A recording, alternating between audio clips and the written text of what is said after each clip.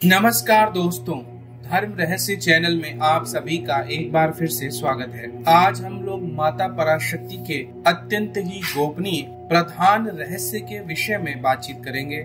प्रधान रहस्य अर्थात जो माता पराशक्ति का सबसे बड़ा रहस्य है उसकी चर्चा करना आवश्यक है, क्योंकि जो लोग भी गुरु मंत्र के माध्यम से अथवा माता के दिव्य नाम दान साधना के माध्यम से और ट्रस्ट को जो लोग भी अपना जीवन समर्पित किए हैं और चाहते हैं कि माता की शक्तियों का, माता के प्रभाव का, माता का गुणगान यह सब कुछ जन जन में लोकप्रिय हो, तो उसके लिए हमें उनके प्रधानिक रहस्य को जानना आवश्यक है। वैसे तो अगर किसी ने भी श्री दुर्गा सप्तशती पढ़ी है तो उसमें प्रधानिक रहस्य आपको मिल जाएगा। वहां से आप समझ सकते हैं कि यह अत्यंत ही गोपनीय प्रधानिक रहस्य के विषय में किस प्रकार से चर्चा की गई है और क्या बताया जाता है। तो चलिए आइए जानते हैं इस प्रधान रहस्य को, यानी कि सबसे बड़े रहस्य को। जैसे कि राष्ट्र का प्रधानमंत्री सबसे बड़ा माना जाता है, सारे कार्य वही करता है, इसीलिए रहस्यों में इसे प्रधान कहा जाता है, इसीलिए इसको प्रधानिक रहस्य कहा जाता है, यानी सबसे बड़ा जो रहस्य है। अगर हम सप्तशती पढ़ते हैं तो उसमें आपको मिलेगा कि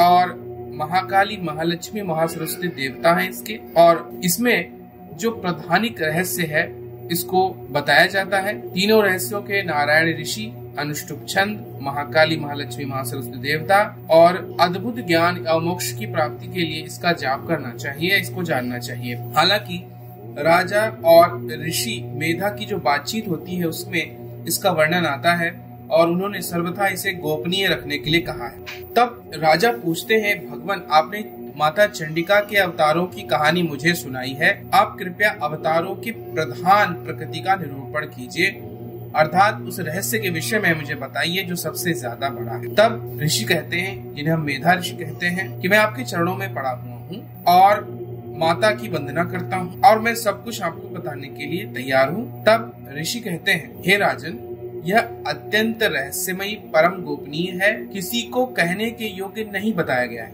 यानी इसे नहीं कहना चाहिए सभी को, किंतु तुम मेरे भक्त हो इसलिए तुमसे न कहने योग्य मेरे पास कुछ है भी नहीं। त्रिगुणमयी माता परमेश्वरी महालक्ष्मी नाम से जाने जाने वाली वही सबका आदि कारण है, वही दृश्य अदृश्य रूप में संपूर्ण विश्व को व्याप्त करके स्थित। अब यहाँ पर आप स्पष्ट रूप से समझिए कि माता पराशक्ति जब साक्षात स्वरूप धारण करती हैं तो उनका पहला जो साक्षात स्वरूप है वो महालक्ष्मी नाम से जाना जाता है। महालक्ष्मी का अर्थ होता है जिसे लक्ष्य बनाया जाए। जैसे संसार की उत्पत्ति की गई है उद्देश्य को रख के, संसार के रहस्यों को जानने के लिए, ईश्वर की संपूर्ण शक्ति को जानने के लिए, जीवन का आनंद लेने के लिए, जीवन के विभिन्न तत्वों को जानने के लिए, तो जिस लक्ष्य को साधने के लिए हम सभी लगे हैं उसे ही हम लक्ष्मी नाम से जानते हैं। और उसमें जो महा है अर्थात जो सबसे बड़ा है लक्ष्य हमारा, उसी को हम महालक्ष्मी नाम से जानते हैं। और ये जो महालक्ष्य है हमारा जीवन का, इसको जानना, इसे समझना ही हमारा उद्देश्य है। इसीलिए ये त्रिगुणात्मक परमेश्वरी माता पराशक्ति महालक्ष्मी नाम से जानी जाती है और महालक्ष्मी नाम से इनका सबसे पहले वर्णन देवी देवताओं ऋषि मुनियों ने किया था। मेधा ऋषि कहते हैं कि वो अपनी 4 भुजाओं में मातुलुंग यानी बिजौरे का फल, गदा, खेत, पान पात, मस्तक पर नाग, लिंग और योनि की वस्तुओं को धारण करती है। अब यहाँ पर रहस्यों को समझिए कि माता आखिर क्यों मस्तक पर नाग, लिंग और योनि को धारण करती है, इसके माध्यम से वो क्या करती है। तो देखिए, जो बिजौरे का फल है इसके माध्यम से वह संसार की गुप्त शक्तियों को जागृत करती है, गदा के माध्यम से उनको आरोपित करती है, ढाल के माध्यम से सभी की रक्षा करती है, पान पात्र के माध्यम से सभी को आनंदित करती, क्योंकि पान जो खाता है व्यक्ति वह आनंदित हो जाता है, और मस्तक पर नाग, लिंग और योनि को धारण करती है, अर्थात माता अपने मस्तक पर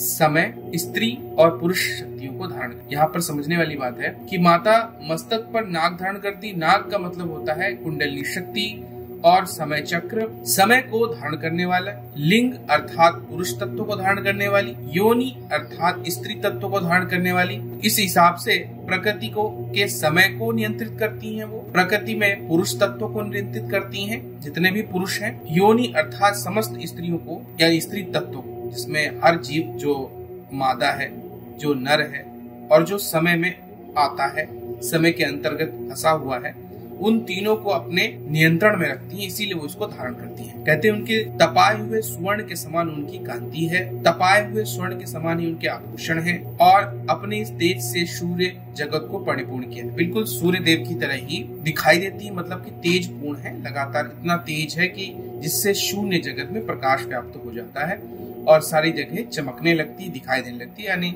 अखिल अनंत ब्रह्मांड में शून्य तत्व से वह प्रकाशित होकर नजर आती हैं, पहली लाइट बनती हैं, पहला प्रकाश बनती है। इनके संबंध में जब माता पराशक्ति से इन्होंने साक्षात स्वरूप महालक्ष्मी का धारण किया तो कहा जाता है कि इस संपूर्ण जगत को शून्य देखकर केवल तमोगुण रूप उपाधि के द्वारा एक उन्होंने उत्कृष्ट स्वरूप धारण किया था। वह रूप एक नारी के रूप में परिणित हुआ, जिसके शरीर की कांति निखरे हुए काजल की भांति काली और मुख दाढ़ों से सुशोभित था, नेत्र बड़े बड़े, कमर पतली थी, उसकी 4 भुजाएं ढाल, तलवार, प्याले और कटे हुए मस्तक से सुशोभित थी।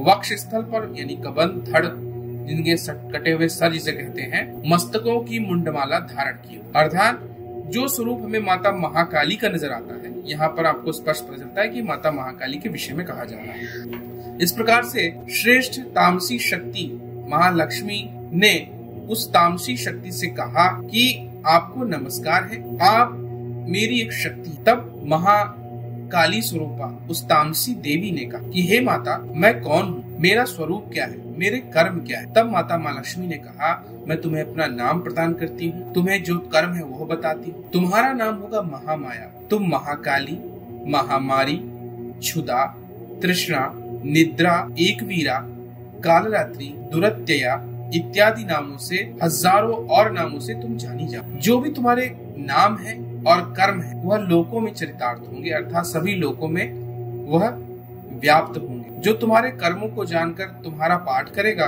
वह सुख भोगेगा। तब इस प्रकार महाकाली से यह बातें कहने के बाद महालक्ष्मी स्वरूपा माता पराशक्ति ने अत्यंत ही शुद्ध और सत्व गुण स्वरूप अपना एक रूप धारण किया, जो उनसे निकल के बाहर आया और वह चंद्रमा के समान गौरवर्णित, अर्थात वो बहुत ही ज्यादा गोरा, सुंदर और श्वेत स्वरूप था। वह नारी अपने हाथों में अक्षमाला, अंकुश, वीणा, पुस्तक धारण किए हुए थी। महालक्ष्मी जी ने उनका नाम प्रदान किया। उन्होंने कहा, महाविद्या, महावाणी, भारती, वाक, सरस्वती, आर्या, ब्राह्मी, कामधेनु, वेदगर्भा, धीश्वरी अर्थात बुद्धि की स्वामी, यह सभी आपके नाम, अर्थात आप ज्ञान की देवी बनकर समस्त जगत को ज्ञान से परिपूर्ण करेंगी। तब महालक्ष्मी ने महाकाली और महासरस्वती देवियों से कहा, देवियों, दोनों अपने अपने गुणों के योग्य स्त्री और पुरुष के जोड़े आप लोग उत्पन्न कीजिए। अर्थात इतुक्ताते महालक्ष्मी ससर्जम मिथुनम स्वयं हिरण्य गर्भो रुचिरो स्त्री पुंसो कमलासम। तब दोनों से यह कहकर स्वयं महालक्ष्मी जी ने भी एक स्त्री और पुरुष का जोड़ा उत्पन्न किया। वो दोनों हिरण्यगर्भ, निर्मल ज्ञान से संपन्न, सुंदर तथा कमल के आसन पर विराजमान थे। उनमें से एक स्त्री थे और दूसरी एक पुरुष। तब माता महालक्ष्मी ने पुरुष को ब्रह्मन, विधे, विरिंच, धातु इस प्रकार नामों से संबोधित किया और स्त्री को श्री, पद्मा, कमला, लक्ष्मी इत्यादि नामों से पुकारा। अर्थात माता महालक्ष्मी ने अपने से ब्रह्मा जी और माता लक्ष्मी को उत्पन्न किया था। इसके बाद माता महाकाली और माता महासरस्वती ने भी एक एक जोड़ा उत्पन्न किया, जिनके नाम और स्वरूप मैं तुम्हें बतलाता हूँ। नीलकंठम रक्तबाहुम श्वेतांगम चंद्रशेखरम जनयामास पुरुषम महाकाली सितम स्त्रियम। अर्थात महाकाली ने कंठ में नीलकंठ चिन्ह से युक्त लाल भुजा, श्वेत शरीर, मस्तक पर चंद्रमा का मुकुट धारण करने वाले पुरुष को तथा गोरे रंग की एक स्त्री को जन्म दिया। वह पुरुष रुद्र, शंकर, स्थाणु, कपर्दी, त्रिलोचन, शिव इत्यादि के नामों से प्रसिद्ध हुआ तथा स्त्री त्रयी, विद्या, कामधेनु, भाषा, अक्षरा, स्वरा और सरस्वती नामों से जानी गई। अर्थात इस प्रकार से भगवान शिव और उनके साथ माता सरस्वती उत्पन्न हुई। अब महासरस्वती जी ने गोरे रंग की स्त्री, श्याम रंग के पुरुष को जन्म दिया। उनके नाम मैं तुम्हें बताता हूँ। विष्णु कृष्णो हरिकेशो वासुदेवो जनार्दनः उमा गौरी सती चंडी सुंदरी शुभगा शिवः। अर्थात उन पुरुष के नाम है विष्णु, कृष्ण, हरिकेश, वासुदेव, जनार्दन तथा स्त्री के नाम थे उमा, गौरी, सती, चंडी, सुंदरी, शुभगा, शिवा, पार्वती इत्यादि नाम से प्रसिद्ध। अर्थात माता महासरस्वती ने भगवान विष्णु और माता गौरी पार्वती को उत्पन्न किया था। इस प्रकार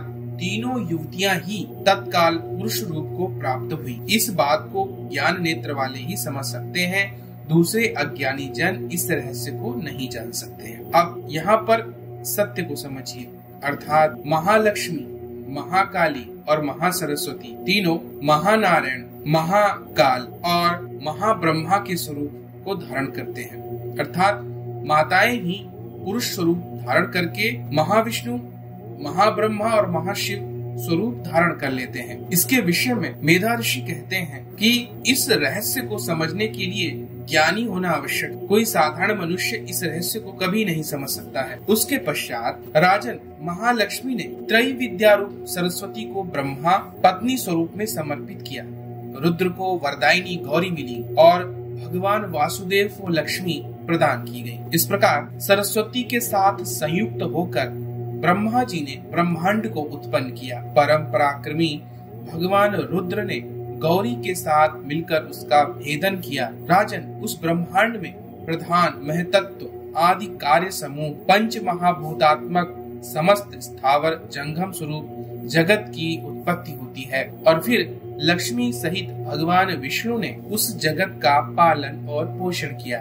प्रलय काल में गौरी के साथ महेश्वर शिव ने ही उस संपूर्ण जगत का संहार किया। महाराज, महालक्ष्मी स्वरूपा परमेश्वरी पराशक्ति ही सर्व तत्वमयी है, सब तत्वों की अधीश्वरी है। वे ही निराकार स्वरूप में पराशक्ति साकार स्वरूप में रहकर नाना प्रकार के नामों को धारण करती हैं। सगुणवाचक सत्य, ज्ञान, चित्त, महामाया आदि नामांतरों से इन महालक्ष्मी का निरूपण करना चाहिए। केवल एक नाम महालक्ष्मी मात्र से अथवा अन्य प्रत्यक्ष आदि प्रमाण से उनका वर्णन नहीं किया जा सकता है। इस प्रकार यह प्रधानिक रहस्य है जो कि स्वयं माता के विषय में मेधा ऋषि और राजा ने आपस में चर्चा करके जाना था। आप लोग जान सकते हैं कि यह कितना गोपनीय रहस्य है और इसको सर्वथा छुपाने के लिए कहा जाता है कि इसका रहस्य कहीं कहा ना जाए, इसे कहीं बताया नहीं जाए। लेकिन क्योंकि जो लोग भी माता पराशक्ति को नहीं जानते हैं, नहीं समझते हैं, उनके ज्ञान को नहीं समझते हैं, उन्हें दुर्गा सप्तशती के प्रधानिक रहस्य को पढ़ना चाहिए और समझना चाहिए। इतना ही नहीं, रहस्यों की अगर श्रृंखला खोली जाए तो आपको पता होगा कि बरगद के पत्ते पर लेटे हुए भगवान विष्णु कृष्ण स्वरूप आपको सागर में तैरते हुए दृश्य के रूप में दिखाई पड़ते हैं, जो कि इस बात का प्रतीक है कि जब जगत की उत्पत्ति होती है तो बाल रूप में भगवान विष्णु कैसे जल से बाहर आते हैं और कैसे फिर से उत्पन्न होते हैं। इसी तरह भगवान शिव को भी बाल स्वरूप में आप त्रिशूल के साथ तपस्या करते हुए देखते हैं। इससे स्पष्ट होता है कि भगवान शिव भी बाल रूप धारण करके इस जगत की कार्य प्रणाली में अपना भागीदार स्वरूप धारण करते हैं। इन सब बातों से स्पष्ट होता है कि बड़े से बड़े देवी और देवता की उत्पत्ति होती है और उनका रूपांतरण होता है, किंतु एक माता पराशक्ति स्वयं शाश्वत है और वही तीन स्वरूपों में बदलकर महानारायण अर्थात महाविष्णु, महाशिव और महाब्रह्मा बनकर अनेकों ब्रह्मांडों की उत्पत्ति का कारण बनती है, जैसे कि प्रधानिक रहस्य में बताया गया है। अगर गोपनीय प्रश्न की बात की जाए तो आप लोग अगर पूछना चाहते हैं तो अपने गुरुओं से या विशिष्ट जनों से या जो भी आध्यात्म में रुचि रखते हैं उनसे या फिर स्वयं के ज्ञान से मुझे कमेंट बॉक्स में बताएं कि कैसे भगवान विष्णु जगत का पालन करते हैं, कैसे भगवान शिव संहार करते हैं, कैसे ब्रह्मा जी उत्पत्ति करते हैं, आखिर इसका वैज्ञानिक कारण क्या है? आप अपने अपने गुरुओं से भी पूछ सकते हैं। आगे आने वाले समय में आपको मैं इस गोपनीय रहस्य को भौतिक अर्थों में बिल्कुल स्पष्ट रूप से बताऊंगा, लेकिन माया के आधार पे और स्पष्ट जवाब इसका मुझे आप लोगों से चाहिए, ताकि आप लोग बता पाएं। चाहे आप किसी भी गुरु से पूछिए कि आखिर कैसे वो यह करते हैं वैज्ञानिक अर्थों में, भौतिक अर्थों में, क्योंकि आध्यात्मिक अर्थ में तो सब यही कहेंगे कि भक्ति भाव से ऐसा होता है, अपनी शक्तियों के द्वारा उनका ऐसा करते हैं। लेकिन हम स्पष्ट रहस्य को जानना चाहते हैं तो स्पष्ट ही जवाब भी चाहते हैं, ताकि कोई बात घुमा फिरा के ना कह के पूर्ण सत्य के साथ वास्तविक अर्थों में बताई जाए, क्योंकि यह माता पराशक्ति मार्ग में कोई भी चीज अस्पष्ट नहीं है, पूरी तरह से स्पष्ट रूप से जगत को बताने के लिए ही रखी गई है। आशा करता हूँ आज का वीडियो पसंद आया होगा। अगर वीडियो पसंद आया है तो लाइक करें, शेयर करें, सब्सक्राइब करें। आप सभी का दिन मंगलमय हो। जय मां पराशक्ति।